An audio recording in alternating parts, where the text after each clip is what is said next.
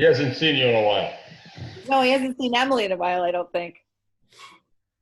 All right, Joe, looks like we've got everybody, Branden and Associates.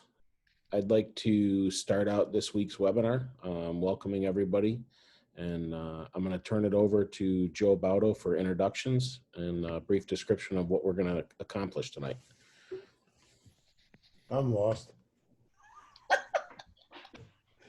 Good evening. Thanks everybody for being here. It's another one in our series of webinars. Tonight we got Tom and the associates with them.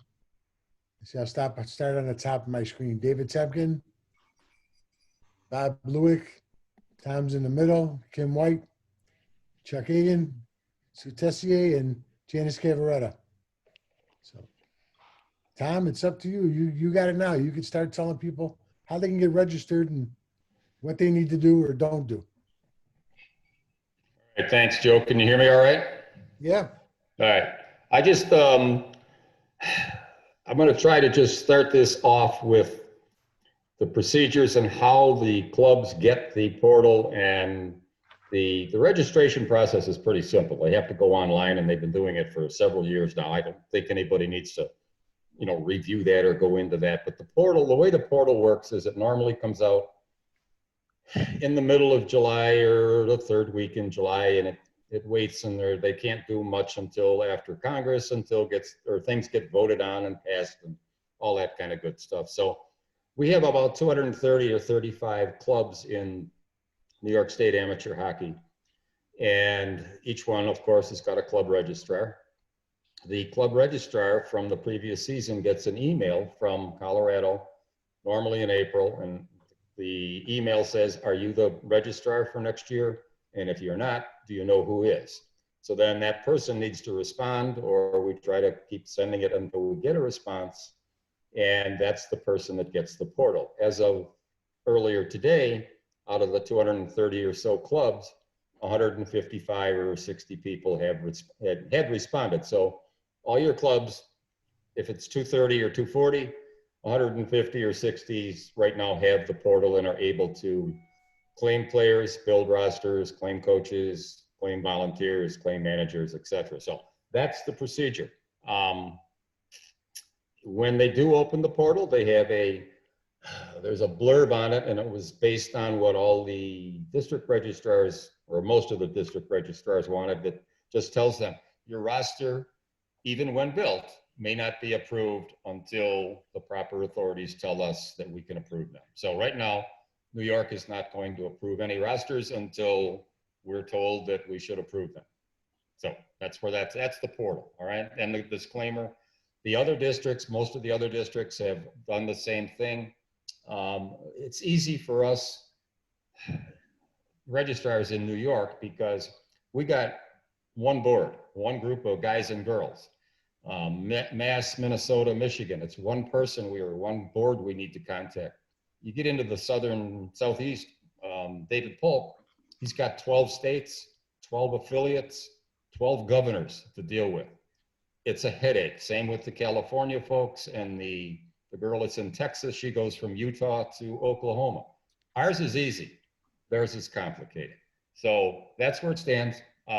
That's how it works. I don't think anybody would have any grief with that. And if you do, if there's questions that come up with this and you don't have time to get an answer, please call one of us tomorrow, and we'll try to get back to you and make sure that you understand it the way it's supposed to be understood. So quick update on the Canadian border.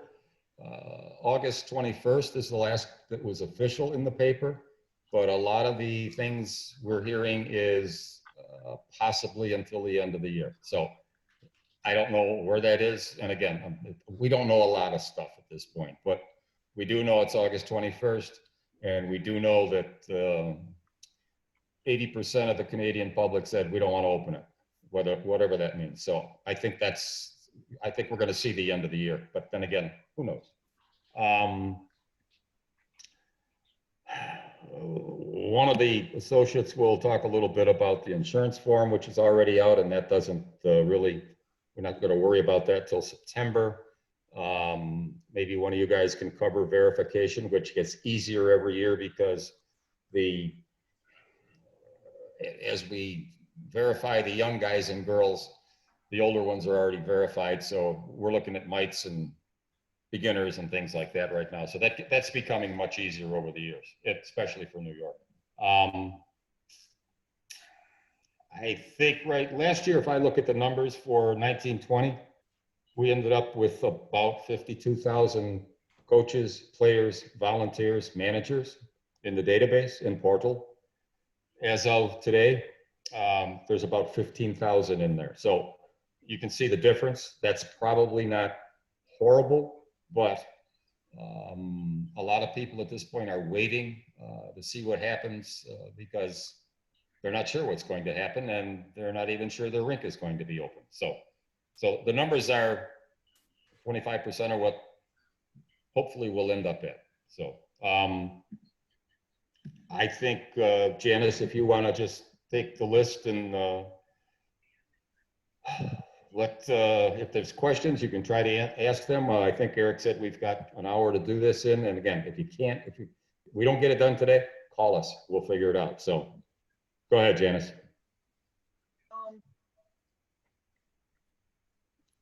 I can't hear you. There you go. As some of the registrars know, and everyone should know, that screening is now national, and it will be grayed out in the portal. So if an adult comes in and they want to be put on a roster and they're not screened, they'll be automatically grayed out. So they will not be allowed, their registrar will not be allowed to put them in, on any roster.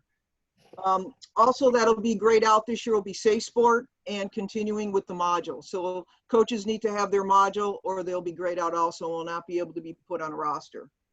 As far as the coaching requirements go, I think Dave Tempkin was going to touch on that a little bit. Dave? You have to unmute, Dave. Sorry about that. Not much has changed from the prior year.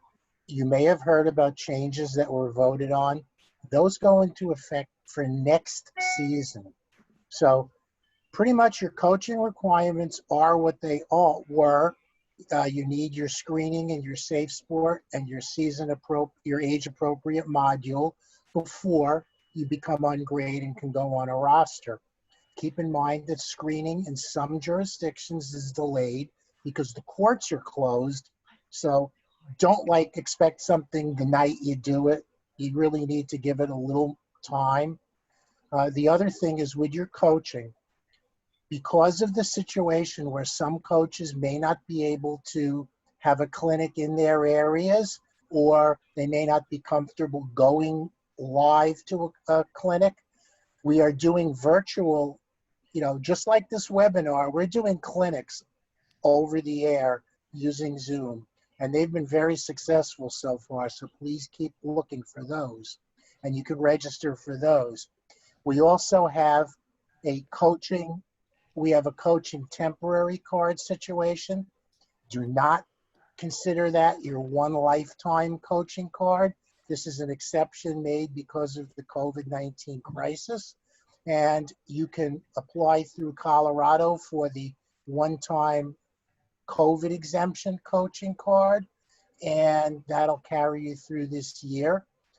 If you choose to go to a virtual clinic or a live clinic later in the season, you'll contact the coaching program so you can get the money applied to the clinic from your temporary card. As far as registrars are concerned, it won't be a problem because the temporary cards will be entered by the national office into the database. That's it for me. Thank you, David.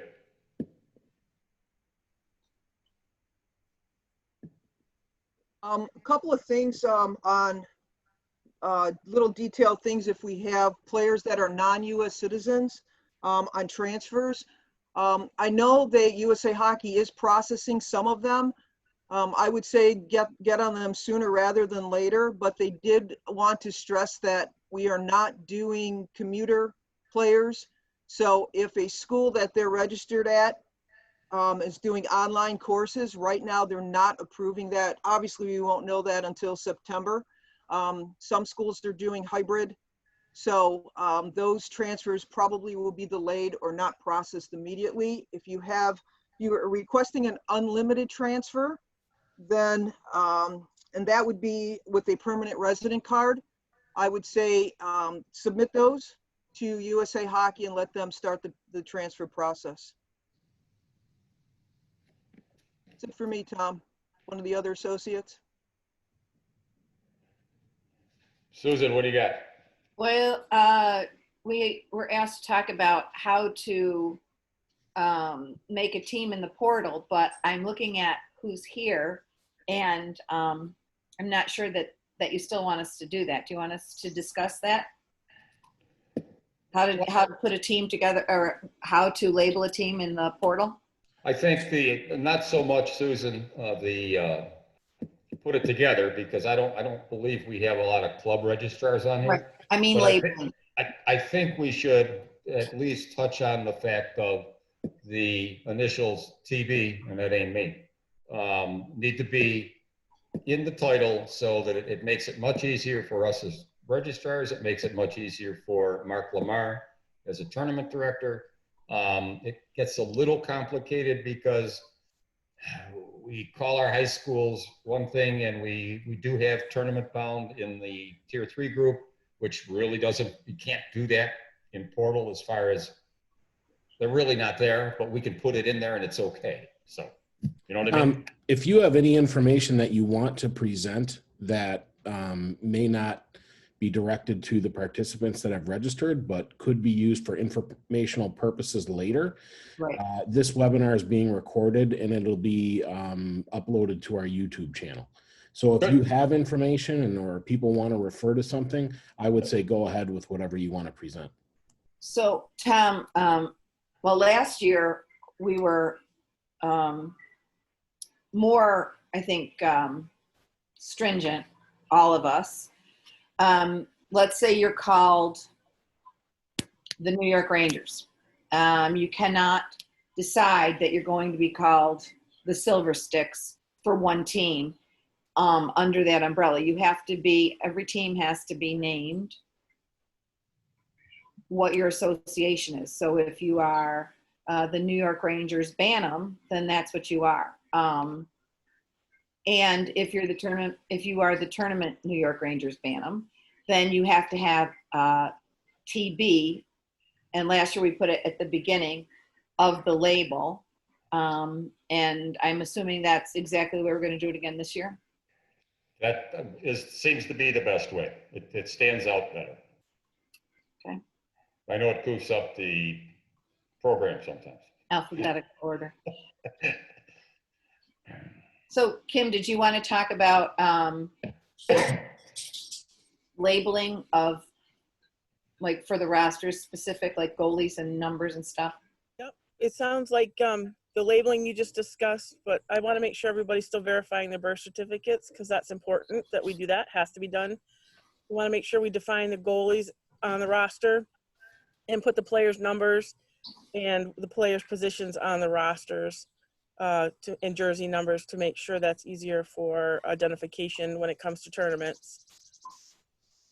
I also want to note that there's also a note space in red line players and coaches and items, and people should really be watching out for those when they have an approved roster come back to them, because there are items on there that we all can designate as items that need to have action.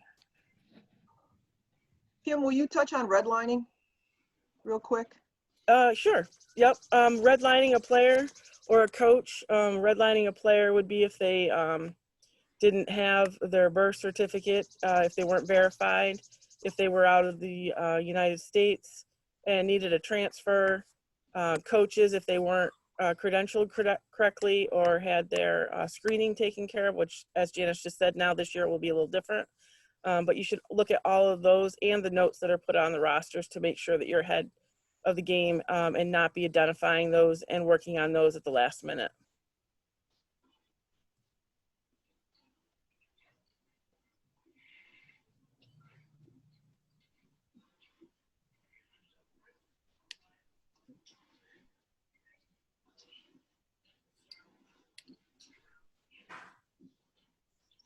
That's all I have. I'm looking at Mark Lamar's question. I believe. I just allowed Mark to participate and ask his question. Okay. So That Mark, wasn't if a you, question. I just wanted to bring up the point that Kim made about putting the numbers on. This year for the state tournament, we used the game sheet application for scoring purposes. And to have the numbers on your USA Hockey roster, we can import the entire roster with the numbers into the system, thus making it a lot easier to bring all of this together. That's all I wanted to add. But thank you, Kim, for bringing that up. Mark, we put that in the New York Tech Bulletin this year, and we asked them to put the position as well as their jersey number. That's awesome. Thank you. So John Ransom has a question about a player who turns 18 during the season. Did you all see, are you looking at the questions? So when we start the season, Tom, do you want to take that, a player that turns 18, how will they be rostered in regards to screening and safe sport? Well, if he's going to be 18, he or she is going to have to take safe sport. It's going to have to be, I think it's what year is it, Janice, this year? Is it 2000 or 2002? Everyone who's 17. Pardon me? Everyone that's 17 and older. And going to turn 18, right. So I'm not sure what he means. So, I mean. well, I've got John. I've got credentials permitted to ask the question or talk. So John, do you want to chime in here so we can get some clarification? Yeah, Tom, what if a player is 17 when the season starts, but he turns 18, let's say January or February? How is that going to be on the roster? Is he going He's not going on it until he takes safe sport. So he'll be redlined at the start. Correct. That's what I was driving for. John, the reason for that is Colorado decided to do that last year, the year before, because if we take all the 17-year-olds and then when they have their birthday and we have to go find them, we'll never find them. So right. Okay. Now the 17-year-olds just have to take safe sport. They don't get screened. Correct. Okay. Thank you.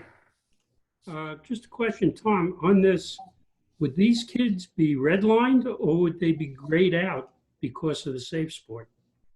They'd be grayed out.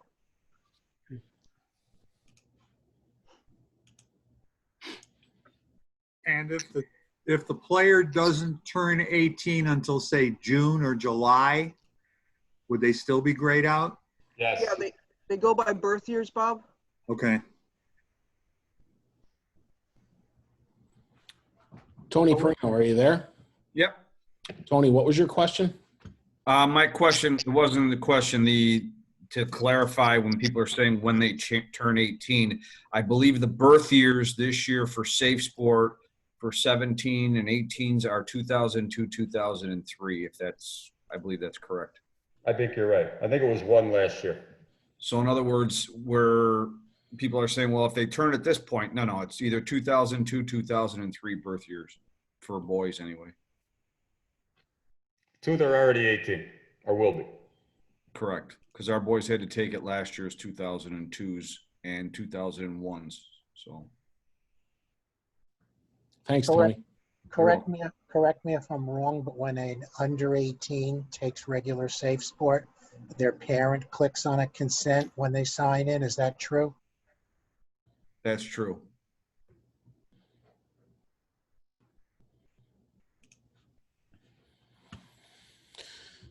What else you got, Tom? We got 49 minutes left. Hey, relax. I'm looking at my notes here. Okay. Insurance.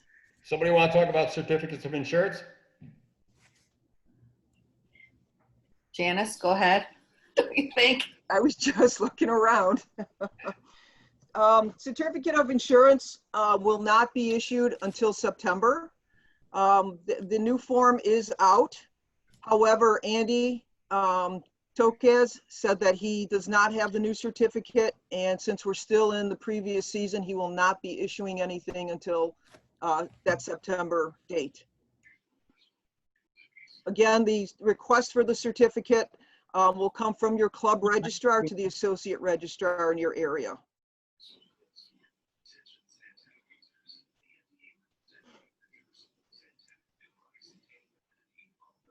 All right, Eric, I'm going to throw another one out here. Who wants to talk about travel permits? Zero, none. No travel permits at this time. Could you make it a little smaller?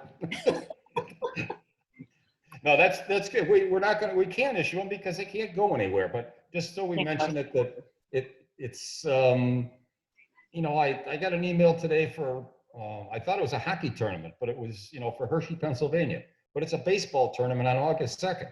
I don't know how some of these states are doing this. And, when you talk about Pennsylvania and New York, it's not exactly a 3-day ride. So it's beyond me. So, and I know some of my neighbors, their little guys are playing baseball, and that started like 2 weeks ago. So. And any rosters that we do get, we are not, even though previously we have approved midget tournament bound rosters in August, that is no longer happening.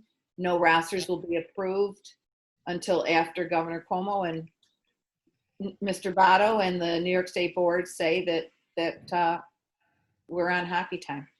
You're right. And I think, Sue, that's the only thing we can do. Plus, once whoever tells us that we can approve them, and if we're into a situation where midget's got problems, or it's August or whatever, we'll deal with it. We'll come up with something.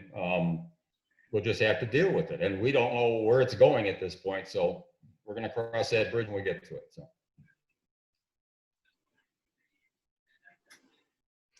There's only 19 states they can go to now anyway, so we're getting a little smaller. Wow. Well, Joe, I think today they raised that. I think he added like 10 more states. Yeah.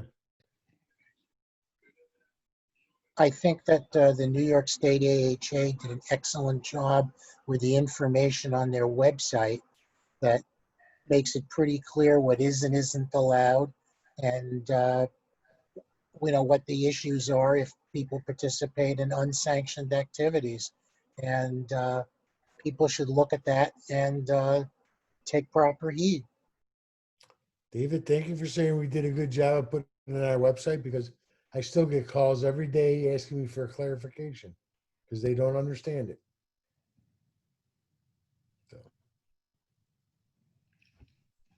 Does anybody have any questions?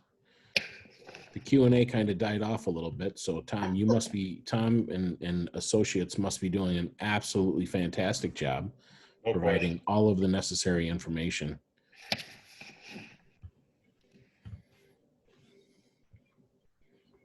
I will touch on reports in the portal. If anyone, is interested in that. I know we have a lot of, we push the ACE director and the CEP. We have a good rapport, a good communication group there.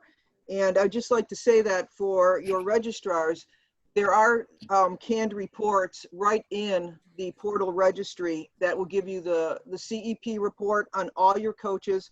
There's a safe sport and screening report. You can do a coaching requirement report. You can do labels, and you can do custom reports and go in and customize what information you want in your report. I think those are invaluable too to use with your ACE coordinators, your coaching director, and work hand in hand to make sure that all your people are qualified and have the proper certifications moving forward.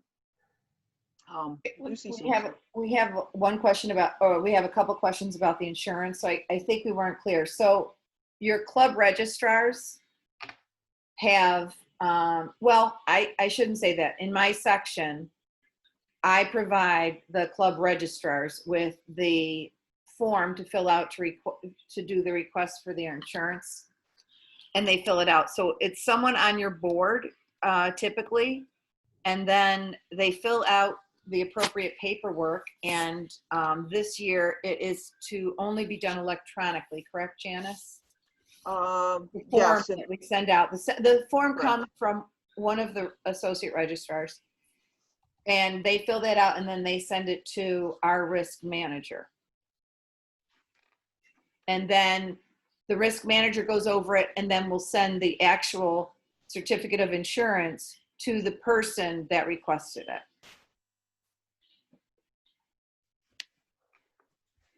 Oops, that was Ryan's insurance question. Correct, on how to properly get the insurance done. Yes. Now we've got our, AE rosters, goalies need to be identified. that's, Usually they don't identify them really, but we, if you want to put them down, that's great.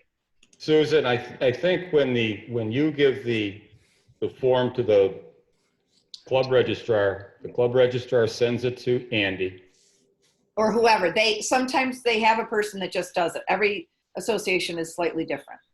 Right, but you only give it to the person that you Right. think is the person you should Right. give it to. We don't just give it to a coach or a guy wants to, rent the high school gym for, off-ice practice or whatever. But anyway, Right. so Andy gets it.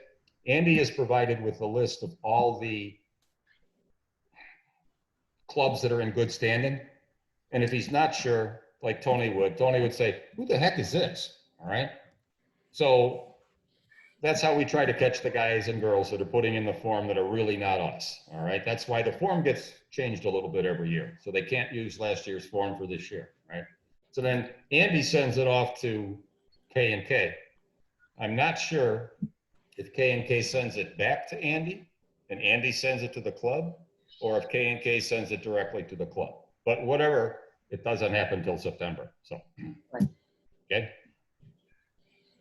so I've got Gary LeBrun, Central Section President and Vice Chair of the New York State Amateur Hockey Association. He's got a question on credentialing tournament-bound teams. Gary, are you there?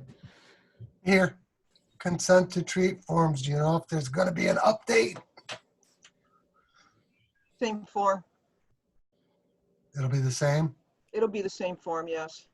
And do you think that they're going to require any additional paperwork because of this pandemic? No, but I'm going to refer to Tom because I know they're looking at game counts, right, Tom? If you want to explain a little bit. First, let's just with Gary and the consent to treat. Gary, whatever form is that we can look at the form that's in the portal today, those of us that have it. I don't think it changed any. There may be some wording in there on the consent to treat for, I think they changed it a year or two ago about concussions, but I don't think it's changed since then. I don't know if it's going to change for COVID. I'm not sure. And as far as game count, we've already had youth council or the committee that I serve on for national championships.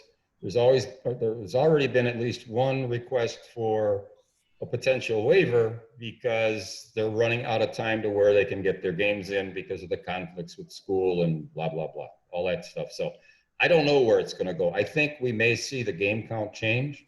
I don't know that for sure. It's probably early, but when you think about it, if you're a club trying to do your scheduling and based around when your guys and girls want to play high school, you don't need to know it in February. You need to know it now so you know where you're going. So that's why it may sound like it's early, but it's really not early because I don't know, we can get 20 and 10 in some cases. I don't know if we can do that. So we struggle in Central and in North with Tier 3 midgets because they may only play 20 games and they may not do that this year. Who knows? So Tom, the 1020 is on the agenda for our August Youth Council meeting. Yeah, I know. I saw that. Yeah. That's one of the waivers. So is the. I asked Keith to put it on the agenda because we've had an issue in the East that we may not get a lot of games in over there. Yep.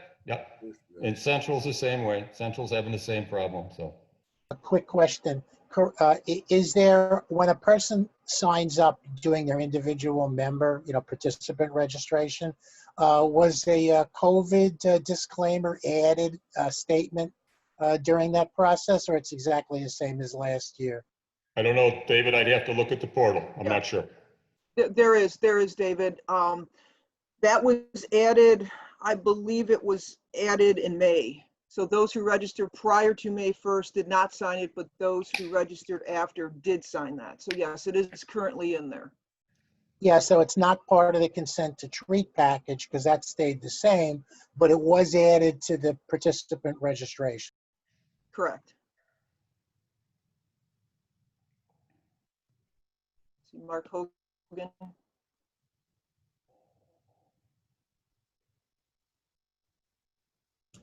I'll get Mark online here.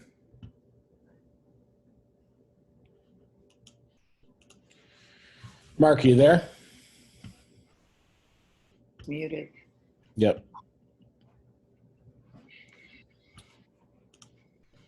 So I just gave Mark credentials to ask his question live.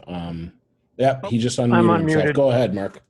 It wasn't a question. I just wanted to thank Janice. Janice and I have talked a few times about the ACE director for the local association. They're directed by me to work closely with their local registrar.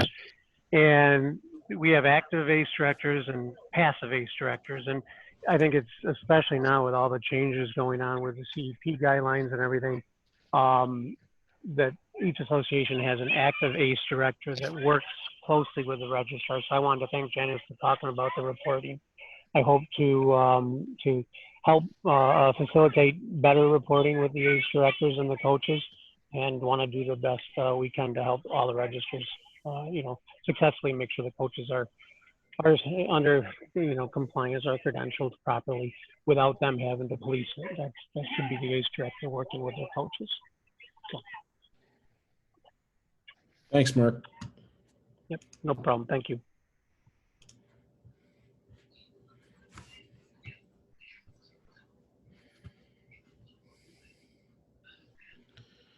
Tom, how we doing? Doing good. I keep looking at my notes. I don't think we talked about tournaments. I don't believe we have touched on tournaments yet. Okay. I'll associate registrars, I'll take this one because it's relatively simple. I don't know how many you got right now, Janice, but we are not approving any tournaments. I've got calls from Can-Am because they do several in Placid, CHE out of Peterborough who does several in Placid. I can't remember, but I'm sure Janice has got more calls than I do. I talked to the people today from Harbor Center. Everybody's wondering, when is USA Hockey going to let us go? And I tell them, this isn't USA Hockey's call or New York's call. They got to tell us. We're not approving tournaments because we're not allowed to. It's that simple. But we're just going to sit on them. They can send them in. If they end up not being able to have it, we can either refund them or we'll use the money that they send in and pay for it we pay for next year's tournament if that happens. So again, we're not approving tournaments, and the main people that are asking are the rink owners and the for-profit centers. So, any questions on tournaments? Okay, go ahead, Eric. This is your show, Tom. I'm just a moderator here.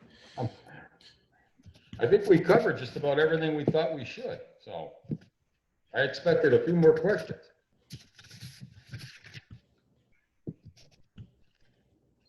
Joe, could I ask you a question? Sure.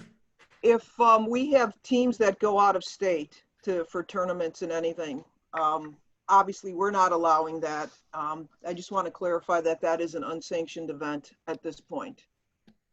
Because we're getting a lot of questions on, well, if other areas are opened, why can't we go? Tell them because the governor says we can't go. People tend to not to believe that part. Right. When they send emails to myself and board members telling us to tell the governor to open it up so our kids can play.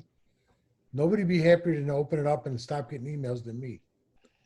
But again, until the governor tells us we can go out of state, and teams from out of state can come here without being quarantined for 14 days before they play a game, we're not letting anybody play anywhere. You can't scrimmage. You can't do checking, contact. You can go online to New York State website, and that's New York State, not New York State Amateur Hockey, and look up the rules and the procedures that are being put out there. I mean, in case New York State Public High School and the New York State Catholic High School, they postponed their season start in September instead of August. That doesn't mean it's going to start in September.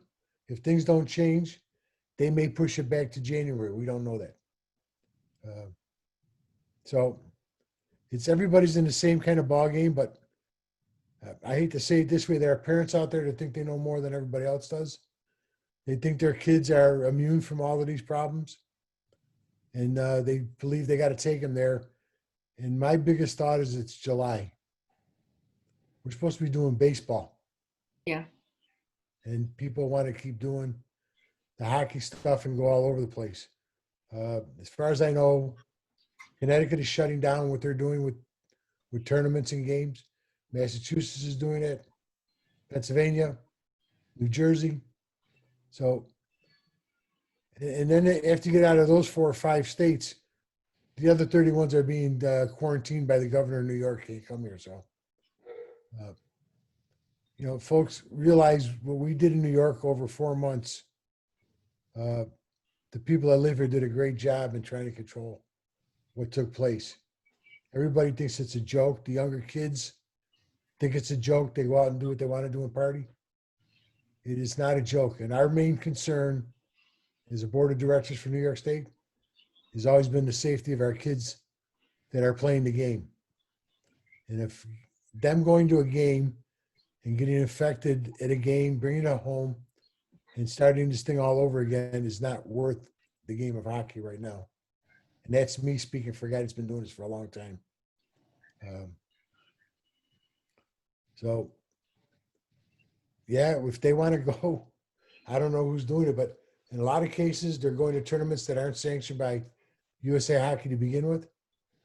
And the other people that are doing it, I guess, don't realize what's going on. So that's just Joe Baudo's opinion. So There are states that were in a hurry to get back to normal, and California would be a great example. And the rinks that were opened in California, they've been closed again. So all these people who thought they had all the answers, the people who are taking it slowly and carefully, you guys are on the right track.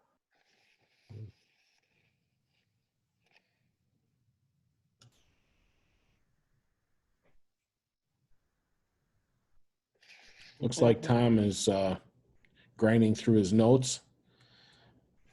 Yeah. So,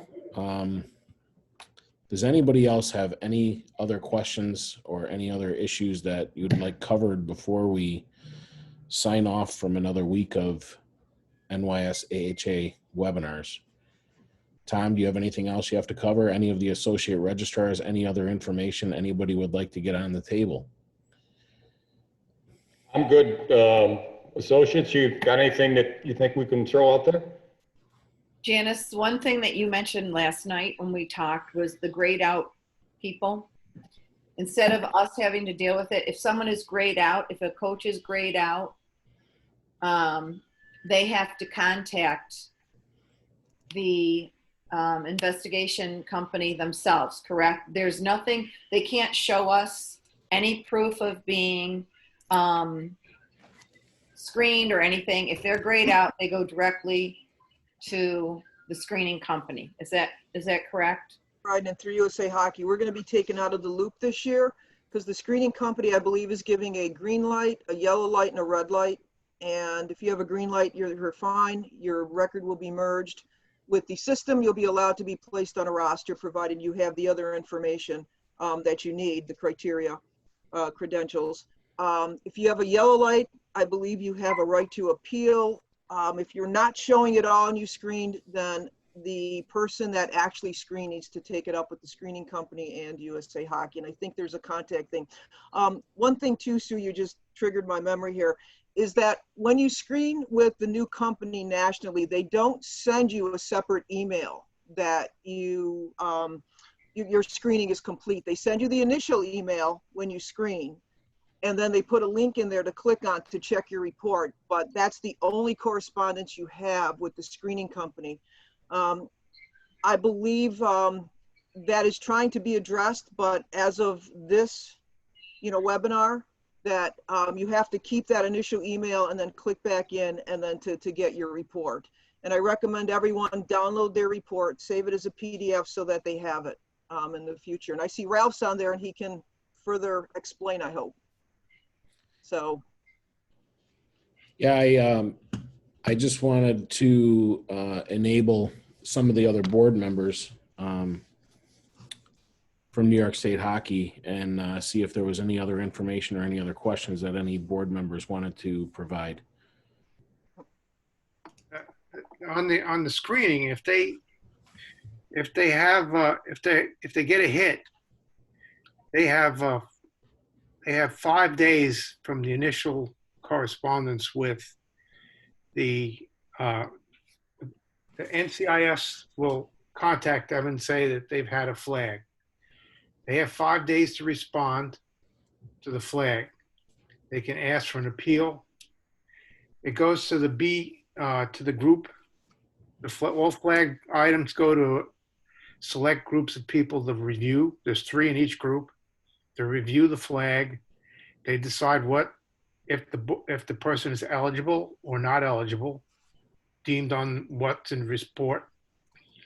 It then goes back to them. They will be contacted by the screening company or USA Hockey saying that they've been deemed ineligible and the reasons why. And then they have 14 days to appeal that to USA Hockey. So there's a whole back and forth before it even is determined they are actually ineligible. So there's a lot of appeals in there. And I have to say that being on the committees, that they're a lot more lenient with some of these hits than New York State has been in the past. So like a DWI or a DUI now, if it's the first DUI, they more or less do not make you ineligible. They more likely would make you put you on probation for a year rather than suspend you. Whereas New York State in the past for a misdemeanor would suspend you for 2 years, make you ineligible. So we're still feeling our way around with that, but the NCSI will, I said that backwards, will contact the person if there is a problem that he would be grayed out or not approved. So there is that contact, then the back and forth with the appeals. So it's not that you wouldn't, I would keep that original email anyway, but there would be a back and forth if there's an issue. Contact, communication. To know. Thanks, Ralph. Thank you, Ralph. Okay. Does anybody else have anything before we end the evening? Yeah, Eric, just my experience about screening in Safe Sport. I registered about 2 weeks ago for this coming season. And even though I was screened last year, I did not appear as being screened for 48 hours until registration. So coaches should know, or at least be prepared, that if they have a game Friday and they register on Thursday, and they were screened last year, they may not appear to be screened until that following Monday. So they should register as soon as possible. Safe Sport took about 24 hours after I completed the refresher course to appear that I did complete the course. So just a bit of information for everybody to know about that.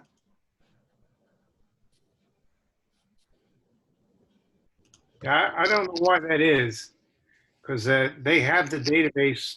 I supplied them with everyone who was screened. It should already be updated in their system.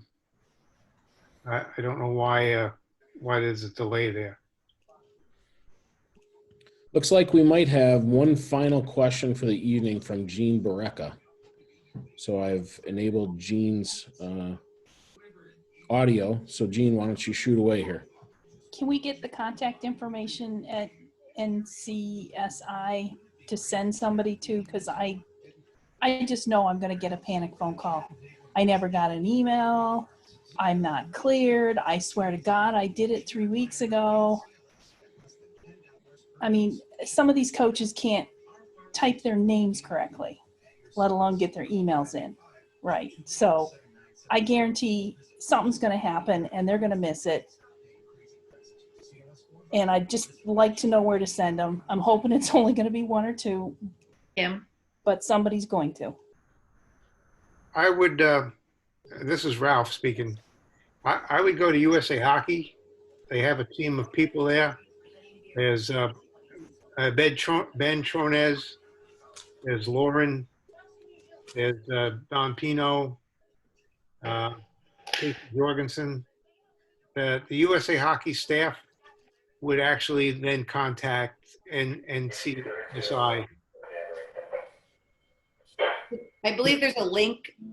Isn't there a link, Kim, on your receipt or not when you get your initial email? I'm worried about them not getting their initial email. Kim, unmute, please. Kim, you're muted. On the bottom of the email has a link to the screening company that doesn't have a phone number or anything though, and that's what she's concerned about. Right. But it sounds like Ralph has given her direction that she would contact USA Hockey to talk to someone about screening there. Yeah, the Safe Sport group at USA Hockey. They're running the interface with NCSI. I think something that people have mentioned but need to keep in mind is that there are a lot of jurisdictions where courts are running when clerks are running with very limited staff, and in some areas they've been closed and have very large backlogs. So it might take a little bit longer for stuff to come through than it would if we were in normal times. And like it's been said, don't wait till the last minute and I need it tomorrow kind of a thing. That's just not going to fly, because you can't get information from a place that has one person working instead of 10, or a place that's only open 2 days a week. Let's be reasonable here. One more point for everybody. If you're going to call USA Hockey, it may take a while to get in touch with somebody, because starting this week, half the staff is off for a couple of weeks and the other half will be off. As far as the screening people, the only ones that are there this week are Casey and Ben Tronez. So it may take a while to get through to USA Hockey for any reason, if you need information from them. So just be aware of that. Tom, we had a question come in from Nedra Miller. So Nedra, I think I've got you unmuted if you want to shoot away. Yes, Eric, thank you. I sent out an email to my coaches and managers today, and many of them are stating that they did their safe sport and or screening at least this past weekend. And they're now, so my guess is we're taking 72 plus hours to show in the database. Nedra, find out what confirmation number they used, if they used last year's or this year's. That might make a difference. I would think most of them have used this year's, only because I sent them the report today. And so they're saying, well, I did it this past weekend. So, I mean, that's probably 5 or 6 or plus emails just today alone. They may not be working on the weekends. Well, I figured that. But here we are Tuesday. If they did it even Saturday or Sunday, they're still not showing. Yeah, Nedra, keep in mind also, like the rest of the legal system and the rest of the state. It might be a 20-person office, but in today's world, there might be only 2 people working. 72 hours may not even be close. So we don't know. So That's pretty much what I'm telling them. So, Perfect. If I okay, could just- thank you. Eric, if I could just go back to the screening. If you go to USA Hockey's website for safe sport and screening, they do have the contact for NCSI technical support. And then if you have any screening questions, they do have Lauren, Don Pino, and Ben Tronies on there, all their contact. And that's who they say to contact if you have issues. Okay. I'm just trying to roll through here and clear out some of these last questions that we have. Got a question from Mike Ansell. So Mike, why don't you go ahead? Hi, Janice. How you guys doing? Thank you very much. I just wanted to, when some coaches have tried to register, it comes up as please correct the following. USA Hockey, per USA Hockey screen, not required at this time. Could that be the wrong USA Hockey number? Just wondering if you've run into that issue before. So Mike, when that comes up, that I think that means that they already screened and they don't need to do it. They're not required to do it this year. Oh, awesome. Okay. Sorry. I thought everybody needed to do it again this year, but okay. Perfect. Thank you. That was That would be safe sport, not screening.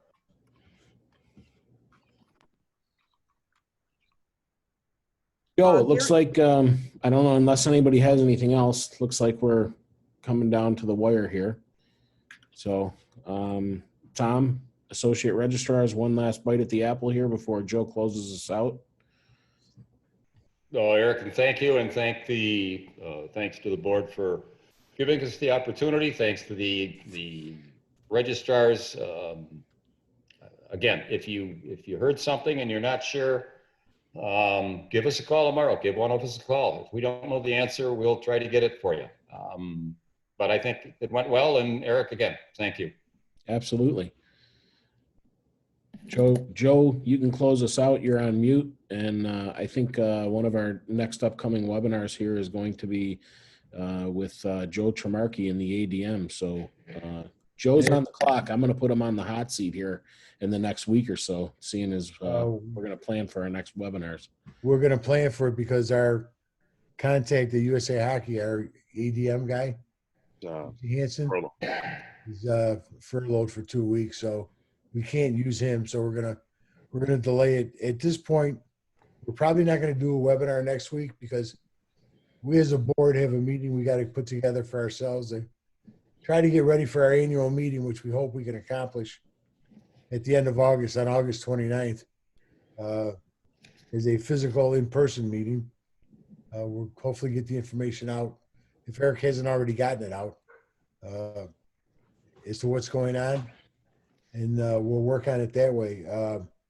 Not knowing what's going to happen, we're hoping we can get to Albany and do this. If not, we will be trying to figure something else out between now and then. But so we have a board meeting next week.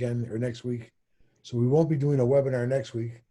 Plus, most of the people we normally try to use and bring in from USA Hockey aren't available to us right now. So we're gonna just put it off for about 2 weeks, and hopefully get back with.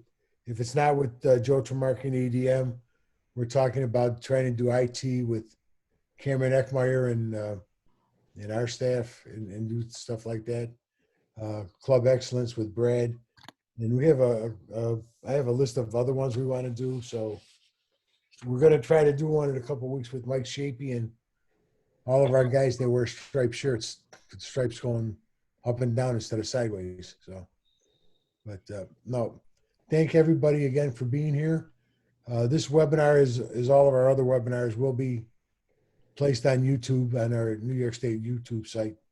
And you can see them all the webinars we've done. If you missed something here, if something was here that you wanted us to listen to again, feel free to go and do that, and we'll keep going. And also, if anybody's got questions, please feel free to call any one of us at any time or email us. I was taught when I used to work for a living, if you don't have an answer, you'll find it and get it to somebody. So we will do that for you. But again, thank you very much, Tom. Associate registrars, thank all of you for being with us. It's nice to see all the faces again, especially when you smile. So, Joe, I just want to add, if anybody has any ideas for future webinars, Zoom always sends a follow-up email after the webinar is over. Please feel free to reach out to me. My email is right in that Zoom link that gets sent out. Send me information and we'll put webinars together. You know, we're all about getting as much information out there as possible. So I want to thank everybody for tonight. Always good seeing everybody, and stay tuned and we'll let you know when the next webinars coming up. So thank you. Good night, everybody. Thanks, Eric. Thank you, everybody.